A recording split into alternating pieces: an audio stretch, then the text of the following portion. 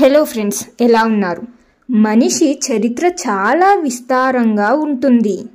నేడు మనం ఇళ్లల్లో, నగరాలలో, సౌకర్యాలలో జీవిస్తున్నాం. కానీ వేల సంవత్సరాల క్రితం అనగా మన పూర్వీకులు పూర్తిగా వేరే ప్రపంచంలో బ్రతికేవారు.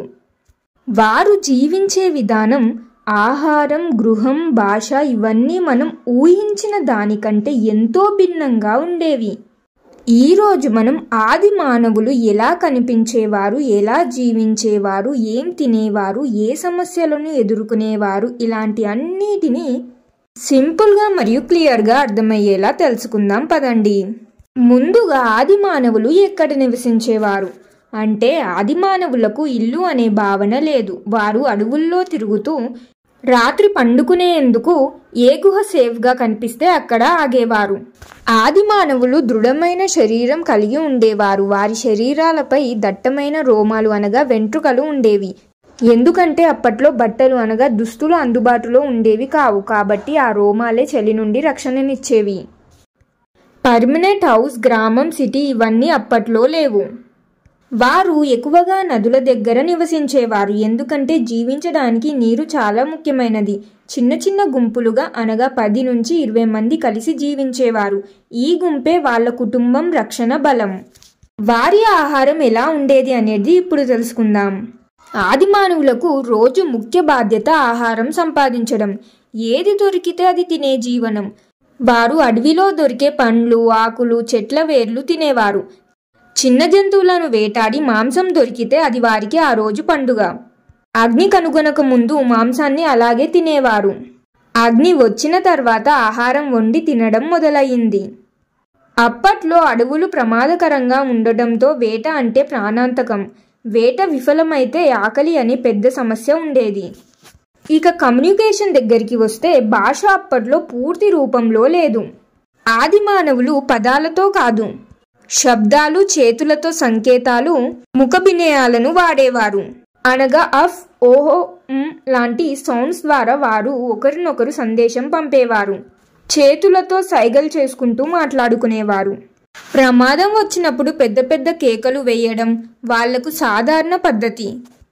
ఈ సాధారణ కమ్యూనికేషన్ నుంచే తర్వాత భాషలు పరిణామం చెందాయి. ఆదిమానవుల రోజువారీ జీవితం ఎలా ఉండేది అంటే, ఉదయం లేచిన వెంటనే వారిలో మొదటి పని నీళ్లు వెతకడం, తరువాత పండ్లు సేకరించడం లేదా వేట కోసం బయటకు వెళ్ళేవారు. మధ్యాహ్నం వరకు ఆహారం దొరికితే రాత్రికి ప్రశాంతంగా జీవించగలరనే నమ్మకం ఉండేది. సాయంత్రం అయ్యేసరికి సేఫ్గా ఉండే గుహను వెతికేవారు. రాత్రి అయితే అగ్ని దగ్గర కూర్చొని వాళ్ళని వారు జంతువుల నుండి రక్షించుకునేవారు.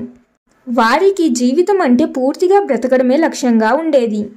వారికి ఎలాంటి సౌకర్యాలు, ఎలాంటి ప్లానింగ్లు ఉండేవి కావు. ఇక ఆది మానవులు ఎక్కువగా ఏ పరికరాలు వాడేవారు అనేది తెలుసుకుందాం. ఆది మానవుల తెలివితేటలు రాతి పరికరాలను సృష్టించడం నుంచే ప్రారంభమయ్యాయి.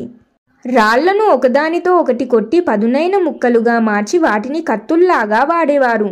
మొదటి రాతి గొడ్డలి, రాతి కత్తి, కర్రతో చేసిన స్పేర్ ఇవన్నీ వారి వేట పనులను సులభం చేశాయి. ఈ పరికరాలు రావడం మనిషి అభివృద్ధిలో పెద్ద అడుగు. ఇక ఆది మానవులకు అగ్ని ఎలా కనిపించింది అనేది తెలుసుకుందాం. ఇది నిజమైన టర్నింగ్ పాయింట్. అగ్ని మనిషికి వచ్చిన గొప్ప బలం. మొదటగా అగ్ని మెరుపుల్లో పడి చెట్లు మండినప్పుడు కనిపించింది. అది భయంకరంగా కనిపించిన తరువాత అది రక్షణ ఇచ్చే శక్తిగా మారింది ఆది మానవులకు. అగ్ని దగ్గర జంతువులు రావు. ఇది తెలిసిన తర్వాత ఆది మానవుల రాత్రులు కొంత భద్రమయ్యాయి. ఆహారం వండడం, వేడి పొందడం, చీకటి నుండి బయటపడడం ఇవన్నీ అగ్ని వల్లే సాధ్యమయ్యాయి. ఇది మనిషిని జంతువుల కన్నా అగ్రస్థానంలో నిలబెట్టింది. ఇక ఆది మానవుల జీవితం చాలా కఠినంగా ఉండేది. పెద్ద జంతువుల నుంచి ప్రమాదం, వేట విఫలమైతే ఆకలి, గాయాలకు చికిత్స లేకపోవడం, కఠిన వాతావరణం, సేఫ్ షెల్టర్ దొరకకపోవడం ఇవన్నీ వారికి ప్రతిరోజు ఎదురయ్యే పోరాటాలు.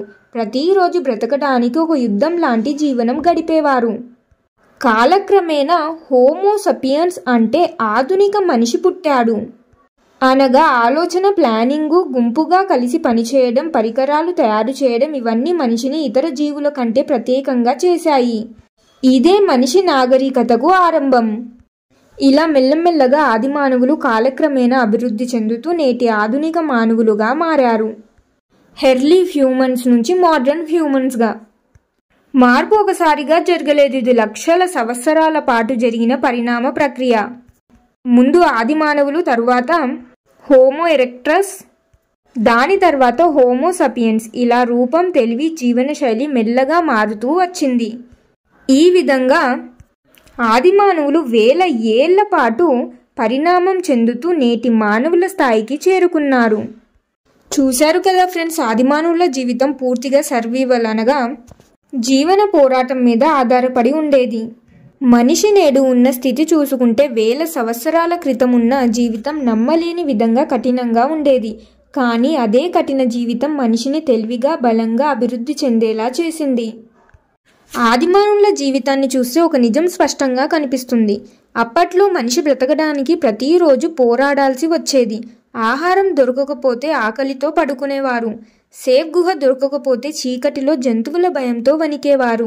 జీవితం అంటే బతికే పోరాటం. కానీ నేడు మనం ఉన్న స్థితి చూడండి. వేటాడి ఆహారం తెచ్చే అవసరం లేదు, రాత్రిని అగ్నితో కాపాడే బాధ లేదు.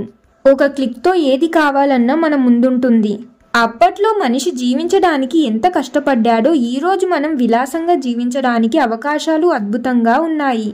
అందుకే మన వద్ద ఉన్న సౌకర్యాలను చిన్నచూపు చూడకండి. వారు లేని వాటి కోసం పోరాడారు. మనం ఉన్న వాటిని ఉపయోగించి ముందుకు వెళ్ళాలి.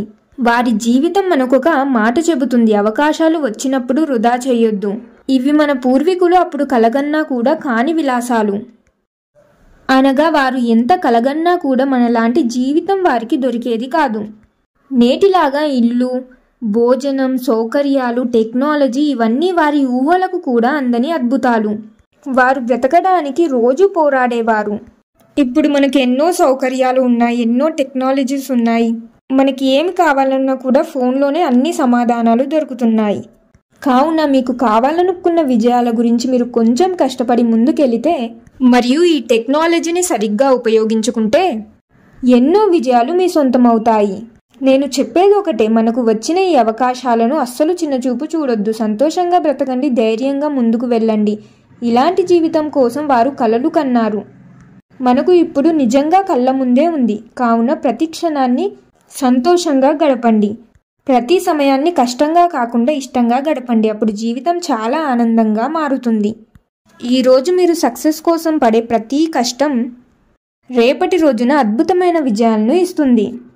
చూశారు కదా ఫ్రెండ్స్, ఆది మానవుల గురించి ఎన్నో విషయాలను ఈ వీడియోలో తెలుసుకున్నాం కదా.